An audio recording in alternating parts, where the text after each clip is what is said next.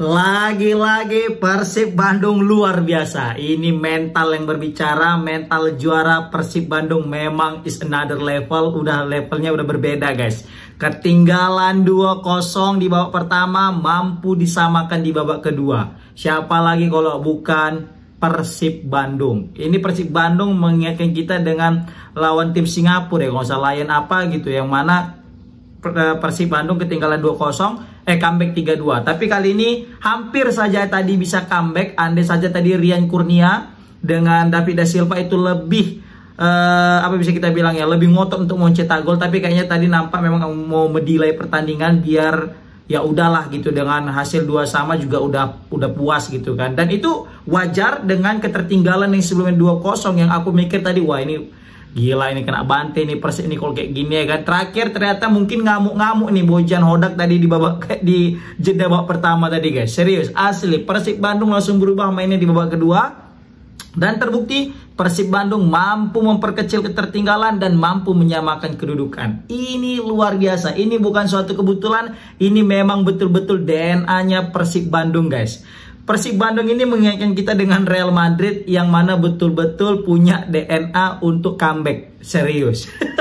Ini aduh. Tadi sempat di babak pertama sebenarnya Persib Bandung lebih unggul dari penguasaan bola. Dari segi peluang juga Persib lebih awal ya. Di 10 menit awal ya, memang karena ini pertandingan big match ya, dua tim mainnya hati-hati gitu kan. Jadi tidak terlalu main terbuka. Karena ya masih namanya juga masih awal ya kan, 10 menit di awal masih tertutup gitu, masih hati-hati, rapi-rapi lah gitu. Nah, semenjak tadi Persija mampu mencetak gol melalui Gustavo Almeida yang memanfaatkan umpan daripada Ryot Matsumura, yang mana kena kepala Matsuyama dan kena tiang, dan di situ langsung Gustavo Almeida tanpa penjagaan, ya jelas itu bola rebound. Ya sulit lah untuk mengetahui posisi manusia saat itu karena pengen fokus ke bola. Dan Gustavo Almeida dengan mudah aja menceploskan bola gitu. Nah, sebelum ke 1-0 ini Persib itu masih enak mainnya. Dalam artian masih enjoy 1-2 ya kan, penguasaan bola, bertahan juga rapi gitu. Tapi semenjak golnya Gustavo Almeida di menit 33 tadi itu, di situ pemain Persib langsung kayak keteteran, mulai hilang fokusnya, mulai tidak menerapkan skema permainan yang mungkin sudah didiskusikan atau mungkin diterapkan di babak pertama tadi. Dan terbukti gol kedua terjadi guys, yaitu di menit 39 melalui Firja Andika. Golnya juga cakep, ini asli gol mantan pemain PSMS ini cakep banget. Pemain asal Medan ini melakukan tendangan yang bisa kita bilang mendatar tapi memojokkan ya kan, memojok. Tendangannya pojok banget sehingga tadi tuh kiper Persib Bandung Mendoza nggak bisa menghalau. Itu memanfaatkan umpan Simic. Oh iya guys, teringat Simic nih tadi. Aku nggak tahu ya, ini sekali lagi nih, aku bukan fans Persija, aku bukan fans Persib, aku fans PSMS Medan. Kenapa tadi Simic nggak kartu merah ya? Aku tadi bingung kena sikut soalnya tadi Beckham jelas sekali itu kan. Reka ulang pun di replay pun juga kena nampak sikutnya ya kan. Kok nggak ada review gitu dari VAR? Oke lah kalau misalnya wasit ya kan, mungkin wasit nggak nampak gitu ya kan, jadi mungkin kena kartu kuning aja, atau mungkin ya ada mungkin tapi nggak terlalu jelas wasit jadi kena kartu kuning aja. Tapi kan ada VAR gitu loh, masa nggak dicek sama VAR? Nggak ada apa gitu review gitu dari ruang VAR gitu. Ini aku nggak habis pikir tadi tuh. Atres Simic itu ya, sekali lagi aku bukan fansnya Persija, bukan fansnya Persib, aku nggak dukung siapa-siapa. Tapi di sini aku lihat kok bisa tadi Simic nggak kartu merah, serius, cuma kartu kuning. Yang lucunya nggak ada info dari VAR, nggak gini wasitnya gitu ya kan. Tadi sedikit gini pastikan lo gimana gitu ya. Tapi pas tadi nggak gini dia, aku pun bingung tadi. Nah, coba kalian komen dulu guys. Entah aku aja tadi yang merasa bingung atau kalian juga bingung gitu ya kan. Coba mari keluarkan unek-uneknya. Karena kita ini kan ya banyak udah kita tonton pertandingan Liga Indonesia kan. Kayak terakhir tuh Xavier Konzi tuh ya, pemain Persik Kediri tuh, yang dia juga kena kartu merah kan. Baru siapa lagi waktu lawan Persis Solo lawan gitu yang kena sikut juga gitu.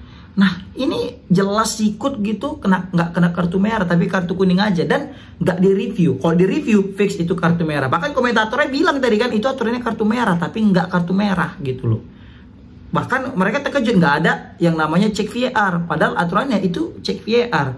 Nggak tahu lah entah tadi tuh mati lampu saat itu ya kan, atau mungkin lagi apa dulu lagi ada konslet atau ada pesan masuk gitu daripada petugas, nggak tahu lah. Yang jelas kayaknya tadi mungkin harusnya kartu merah, tapi ya udahlah, ya kan. Untung Persib Bandung juga legowo, ya kan, legowo, nggak terlalu banyak cengkune. Persib Bandung yang mental juara pula, ya kan, lain cerita. Begitu juga aku yang nggak lucu, ini nggak lucu ya, tapi kalian terserah nih mau lucu apa enggak. Nggak, ini terserah kalian nih, kalian setuju apa enggak dengan aku. Aku tadi lucu dengan wasit udah mau nyari kartu dari sakunya gitu kan, kan. Tiba-tiba nggak jadi kartu kuning guys. Kepada siapa tadi itu ya, pemain Persija, Rio Matsumura kalau nggak salah tadi, ya kan. Tiba-tiba nggak jadi, cuma peringatan aja gitu, ya kan. Kalian nyadar nggak tadi? Atau aku aja yang salah lihat tadi? Kayak aku salah lihat lah. Oke, udah 1-0 tadi sebenarnya. Unggul Persija itu udah mulai kalang kabut, pemain Persib keteteran lah, mainnya juga udah nggak konsen, umpan-umpannya juga udah beselemak lah, udah salah umpan lah, pokoknya udah nggak jernih lagi otak pikiran orang itu. Apalagi gol kedua, udah makin rusak, hancur Persib Bandung saat itu mentalnya guys, serius hampir rubuh lah. Kenapa? Kelihatan mainnya juga udah nggak tenang, udah gerasak gerusuk, udah nggak sesuai dengan skema yang diinginkan. Nah, jedalah babak pertama, ya kan, mungkin di ruang ganti. Nah, di sini peran daripada pelatih itu guys, makanya kenapa kenapa klub harus mendatangkan pelatih kelas dunia? Kenapa klub harus mendatangkan pelatih yang berkualitas dan punya jam terbang tinggi? Buktinya kayak Persib kali ini guys. Tadi kalau kejadiannya ini di babak kedua, fix Persib pasti kalah. Tapi karena ini kejadiannya babak pertama dan ada jeda waktu, disitulah Coach Bojan langsung memberikan instruksi, motivasi serta wejangan. Aku nggak tahu entah motivasi, entah apa ya kan, amukan dari Coach Bojan. Tahu lah Coach Bojan kan. Tapi kayaknya motivasi, pola mindset biar tetap semangat, biar tetap jernih lagi pikiran pemain-pemain Persib, nggak lagi terganggu dengan hal-hal non teknis ataupun mungkin dengan kebobolan 2-0 ini. Mereka pasti punya strategi biar bisa untuk menyamakan kedudukan. Mereka pasti mikir, ayo cetak 1 gol aja dulu, nanti 2 golnya, 3 gol dan seterusnya. Dan terbukti guys, mulai dari babak kedua itu Persib Bandung menguasai jalannya pertandingan, meskipun sesekali kena tekan sama Persija lagi, tapi serangan-serangan balik daripada Persib Bandung itu luar biasa guys, serius. Ini lagi-lagi aku bilang kayak Real Madrid serangan baliknya, digempur habis-habisan, tapi ketika udah counter attack, boom, langsung gol. Dan terbukti gol daripada Nicky Pers ini tendangan bebas atau tendangan pojok gitu ya, lagi ada ke mulut, jatuh bola itu di kaki Nicky Pers dan boom, Nicky Pers dengan tendangan roketnya luar biasa guys. Ini bisa jadi salah satu gol terbaik di musim ini, ya kan, yang mana dilesakan oleh back Persib Bandung Nicky Pers. Dan ini menjadi gol keduanya beruntun ya, karena di pertandingan sebelumnya Persib Bandung juga dicetak Nicky Pers juga berhasil mencetak gol, yaitu melalui Nicky Pers guys. Persib Bandung berhasil mencetak gol dan itu melalui Nicky Pers. Oke. Luar biasa. Nah, jadi 1-2 dan di sini permainan makin sengit, ya kan, dalam artian Persib Bandung juga makin jor-joran untuk memberikan serangan. Dan ini tidak lain dan tidak bukan karena sudah gantinya Castaner guys. Asli Castaner di babak pertama tadi nggak gerak sama sekali guys. Paling tadi ada peluang ketika Ciro masuk ke dalam, memberikan penetrasi, terus memberikan umpan silang kepada Castaner di situ melalui kaki kirinya si Ciro. Tapi sayang sekali bola masih dihalau back Persija, kalau nggak salah Skirido atau siapa gitu. Terakhir bolanya jadi corner. Padahal kalau misalnya nggak dihalau itu Castaner bisa cetak gol guys. Nah, tapi praktis cuma itu aja peluang Castaner, sisanya udah nggak ada lagi guys. Dan terakhir Coach Bojan mengganti Castaner dan terbukti masuknya David Da Silva ini betul-betul memberikan angin segar dan membuat lini pertahanan Persija itu ketar-ketir guys, serius. Memang beda aura DDS ini guys, David Da Silva udah memang striker kelas bukan kelas liga lokal lagi deh memang ini. Sayang dia ini datang ke Indonesia gacor-gacornya ketika umurnya sudah tidak lagi muda. Kalau misalnya masih muda nih David Da Silva masih umur 20 nih sekarang ini, dengan kemampuannya saat ini, mungkin bukan hal yang tidak mungkin dia bisa jadi dinaturalisasi. Dan itu kayaknya bagus sih menurut aku. Menurut aku ya, tapi terserah menurut kalian.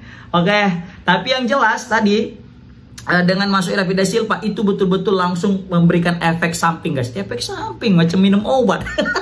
Betul-betul memberikan efek guys. Terbukti gol kedua itu asli cakep banget. Umpan Beckham, di situ dia diapit sama Kudela ya kan. Padahal sebelum itu kan sepak pojok tuh. Kudela sama David da Silva mesra kali tuh ya kan. Senyum-senyuman ya kan, bercengkrama gitu kan. Ternyata itu senyuman maut guys dari David da Silva. Kenapa? Karena senyuman itu counter attack. Kan, ketika di counter attack di situ Kudela pepet daripada David da Silva, tapi David da Silva licin banget guys, bisa lolos dan juga dia masih bisa membuat tendangan. Aku pikir dia akan nge-shoot keras gitu aja ke arah gawang, ternyata dia chip itu bola guys. Andri Tani wajar dia maju untuk menutup ruang ya kan, biar ketika David da Silva nendang itu bisa terhalau bolanya. Ternyata David da Silva memang instingnya luar biasa guys. Dia mungkin tahu ketika dia nge-shoot ini paling mentok-mentok di tepis dan nggak gol. Dan dia berpikir out of the box, yaitu dengan cara di-chip bolanya. Dan terbukti chip bolanya itu betul-betul masuk ke dalam gawang. Aku sampai nonton dari, masuk nih ya gitu tadi. Rupanya masuk guys. Ini gol yang mengejutkan. Sontak seluruh supporter yang ada dalam stadion pun terdiam dengan golnya David da Silva. Asli ini mental yang berbicara. Persib Bandung bisa menyamakan kedudukan di pertandingan sore kali ini bukan karena memang kebetulan, tapi memang karena sudah teruji mental mereka dari pertandingan ke pertandingan yang lain guys. Ini bukan kali pertama soalnya. Kalau pertama tadi nggak masalah, berarti kita bilang beruntung. Tapi udah sering kali nih Persib dengan situasi seperti ini. Berarti ini udah memang suatu apa kita bilangnya mentality ya kan, suatu mental yang betul-betul luar biasa daripada Persib Bandung. Oke. Tadi sebenarnya Simic, aku bingung kenapa Persija menurunkan Simic ya. Ternyata perannya memang terbukti bagus juga tadi dengan memberikan assist kepada Firja. Tapi ya itu tadi, Simic tadi banyak sekali pergerakan-pergerakan yang tidak efektif ya kan. Bahkan hampir saja dia blunder dengan sikutan tadi. Rio Matsumura juga gitu tadi sempat diganti walaupun dia sempat berkontribusi dengan umpan crossingnya sehingga berbuah gol yang mana disundul Hansa Muyama kemudian kena tiang. Gustavo Almeida ini luar biasa, memang pemain luar biasa. Kalau kata Bung siapa tadi itu ya, yang botak bukan sebarang botak. Baru dia ngomong lagi Bung Binder, Bung Binder ya. Karena Bung Binder juga botak ya kan. Baru yang menyetak gol juga Gustavo David da Silva, botak bukan sebarang botak lagi ya. Pokoknya botak bukan sebarang botak. Oke.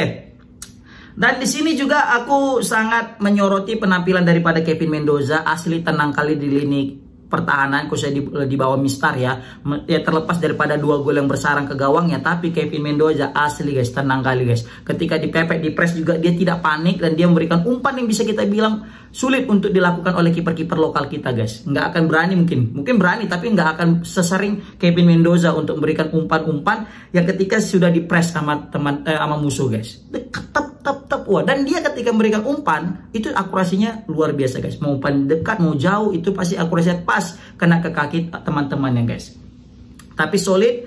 Gustavo De Franca betul-betul jadi momok untuk Gustavo Almeida. Walaupun sempat kecolongan tadi Gustavo De Franca, tapi setelah itu tidak ada lagi pergerakan berbahaya daripada Gustavo Almeida. Betul-betul ditutup terus sama De Franca hingga akhirnya De Franca kena kartu kuning ya kan. Hampir aja tadi Gayos nyetak gol itu. Aku udah ngeri juga tuh tendangan Gayos kan, kilat gitu, udah masuk aja, rupanya enggak gitu ya kan. Baru juga Edo sempat cedera tadi ya, diganti sama Zalnando atau Zalnando kalau nggak salah tadi kan. Baru juga Kakang juga solid membantu serangan dengan Beckham 1-2-1-2. Marklock nggak ada obat, dia betul-betul menjadi jenderal lapangan ngatur serangan. Tiron tadi memang kurang perform sehingga makanya ditarik ya kan. Baru Ciro juga sempat kesal karena ditarik, tapi yang jelas overall untuk semua pemain Persib itu luar biasa. Begitu juga dengan pemain Persija, di babak pertama semuanya luar biasa, tapi di babak kedua tadi seperti mereka kehilangan fokus guys. Mungkin karena sudah terlena dengan 2-0 jadi kayak kehilangan fokus di menit-menit akhir hingga akhirnya mereka disamakan kedudukannya. Oke, itu yang mungkin aku dapat sampaikan. Jadi bisa kita bilang dengan kemenangan ini, dengan hasil seri ini, rekor Persija sebagai tim yang tak terkalahkan di kandang tetap bertahan. Begitu juga sebaliknya, rekor Persib Bandung sebagai tim yang tidak pernah terkalahkan ketika tandang tetap tak tergoyahkan. Dan dengan hasil ini juga, maka Persib Bandung makin kokoh di puncak klasemen, unggul kembali sama kayak di pertandingan di week sebelumnya, last week, yaitu unggul 9 poin. Bedanya unggul 9 poinnya kali ini di bawahnya Persebaya. Kalau di minggu lalu itu Dewa United.